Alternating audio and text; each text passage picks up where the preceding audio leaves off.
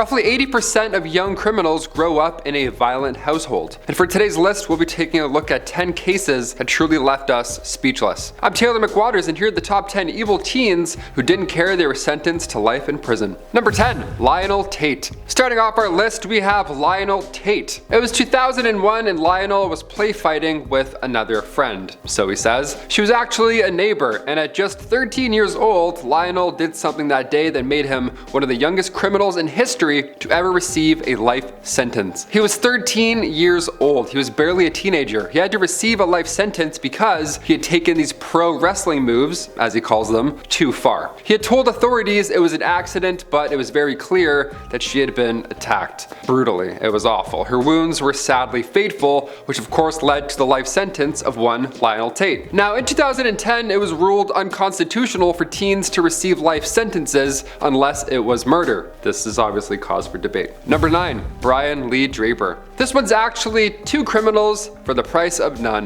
Brian Lee Draper and his partner, Tori Adamick, both were sentenced to life at just 16 years old. It was disgusting and vile to say the least. They both planned this horrific attack. They hid in their classmate's closet and then they both violently attacked her. She had 29 stab wounds. Cassie Jo Stoddard was killed because two 16-year-olds hid in her house and then cut the power. That's terrifying. I cannot imagine how scary that must have been. Reminder, both of them are serving life sentences. It doesn't feel like enough almost, you know what I mean? Like you read about her injuries and what happened and the whole incident. One life sentence doesn't feel like enough in this case, so I get it. A lot of these cases, people get 6 life sentences. I'm like, yep, more than fair. Number 8, Eric Smith. We go back now to 1993. I wasn't even born yet, but Eric Smith, he was 13 years old and he couldn't contain his rage towards another youngin'. Now Eric himself was bullied growing up, he didn't get along with anybody, and one day he decided to attack somebody violently with a rock. He had lured them into the woods first away from the park, and then just like that, that was it. Smith is of course a lot older now, and in total he's been denied parole 8 times.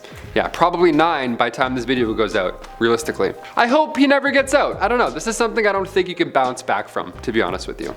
That's some Michael Myers if I'm being honest. Number 7, Kenneth Young. His last name is literally Young. It's quite ironic and also extremely brutal, this one. Young was 15 years old and he was faced with a situation that nobody should have to face, let alone face it at such an early age. Kenneth Young was threatened by a narcotics dealer. He forced Kenneth to partake in his illegal dealings, specifically that of an armed robbery, or else he would take Kenneth's mother and he would hurt her. Now Kenneth did what he was asked, rather did what he was forced to do, but one night when said dealer was assaulting a woman, Kenneth attacked the dealer, and in turn he received 4 concurrent sentences of 30 years. Now the dealer in question, he was 24 and he forced Kenneth to be involved in 3 armed robberies and 1 attempted armed robbery, all in a 30-day period. That dealer only received a single life sentence. Yeah, not all of these are the best judgments, I would say. Number 6, Evan Miller. It was 2003. The Alabama prisoner was only 14 years old at the time when he was sentenced to life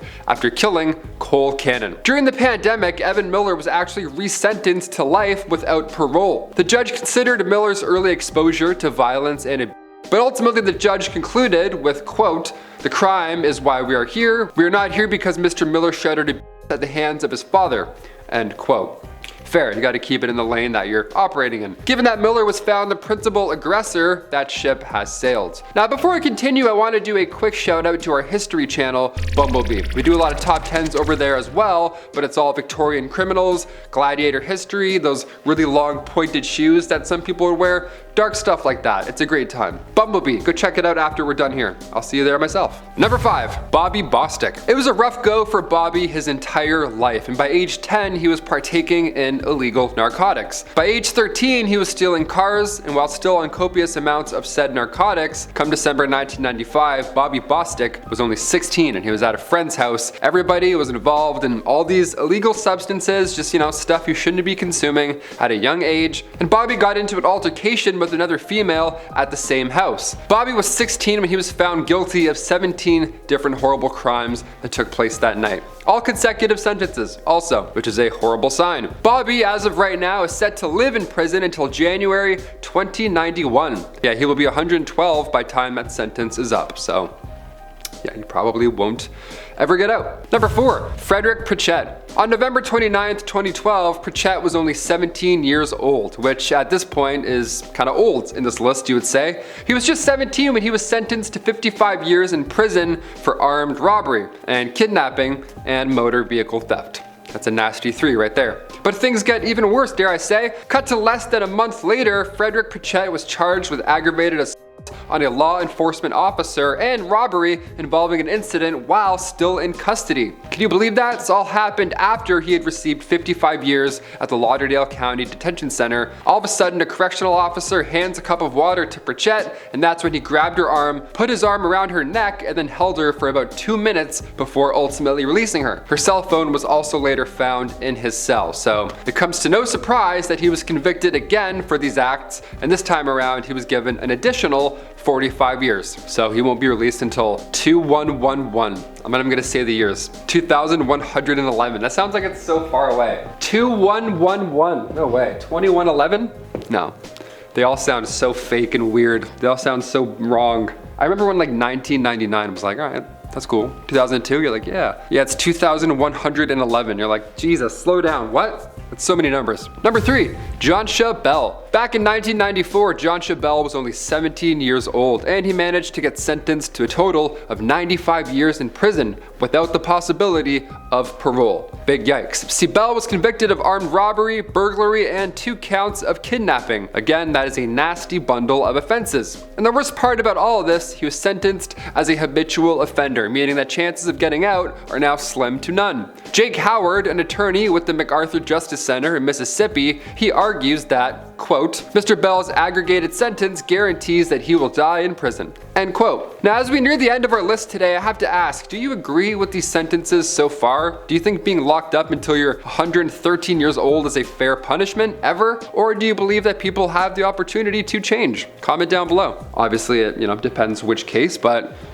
it's tough. Number 2, Stephen Thomas. Stephen Thomas pleaded guilty in 2007 in Madison County Circuit to kidnapping, forcible sexual and armed robbery. Again, horrible stuff. Thomas was only 17 at the time and he was sentenced to 70 years. Thomas later asked the court for an evidentiary hearing in his case and argued that his sentence was cruel and an unusual punishment, and the court denied his petition. So he will be there until the absolute rest of his life. And finally, number 1, Edward Lamont Neal. Now forced to serve 95 years behind bars, Edward Lamont Neal committed, as you would have guessed, a handful of horrific crimes. He was initially sentenced to 5 years for that initial offense, and then not soon after got 5 years for jail escape in Lowndes County. Now you doubled your sentence, all because you watched The Shawshank Redemption and you felt inspired. You wanted to make a run for it. It's not worth it. But he was later convicted of burglary on an unoccupied dwelling. Not great, and he was subsequently given 25 more years in prison. Later, in a separate case, Edward Lamont Neal was given 60 years as a habitual offender after being convicted for armed robbery and aggravated assault.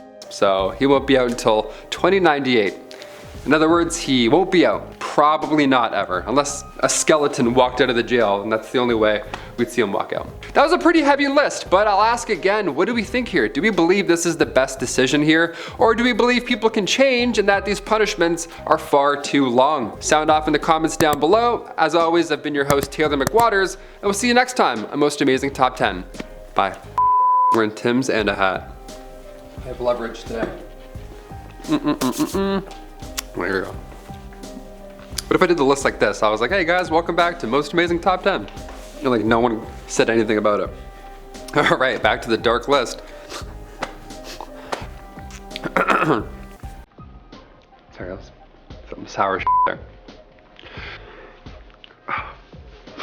Sorry. It's day 1 of hat, you know? It's like cold out. It's day 1 of hat life. I'm not used to it yet. All right. Now in 2000, Chris, here's that video where Ray J's hat keeps moving around in every take. That's gonna be this video, dude. I'm gonna be like number 9, number 8, 7. Just wearing a baseball hat for number 4. This is so stupid. I don't like hats right now. He was 1 year old and he couldn't get. Oh, he was 13 years. I was like, what? I'm close. Every month it's like. Oh man. Red Bull's horrible for lists. Oh, I'm gonna tell every host. Don't drink Red Bull when doing lists. So wet, sorry. I'm just like looking at the thing, just salivating. I'm like, Pritchett? I don't know. I'm not gonna offend him, am I? Jesus. Do they have YouTube in prison? They do, actually. Man, this beanie's really just doing things.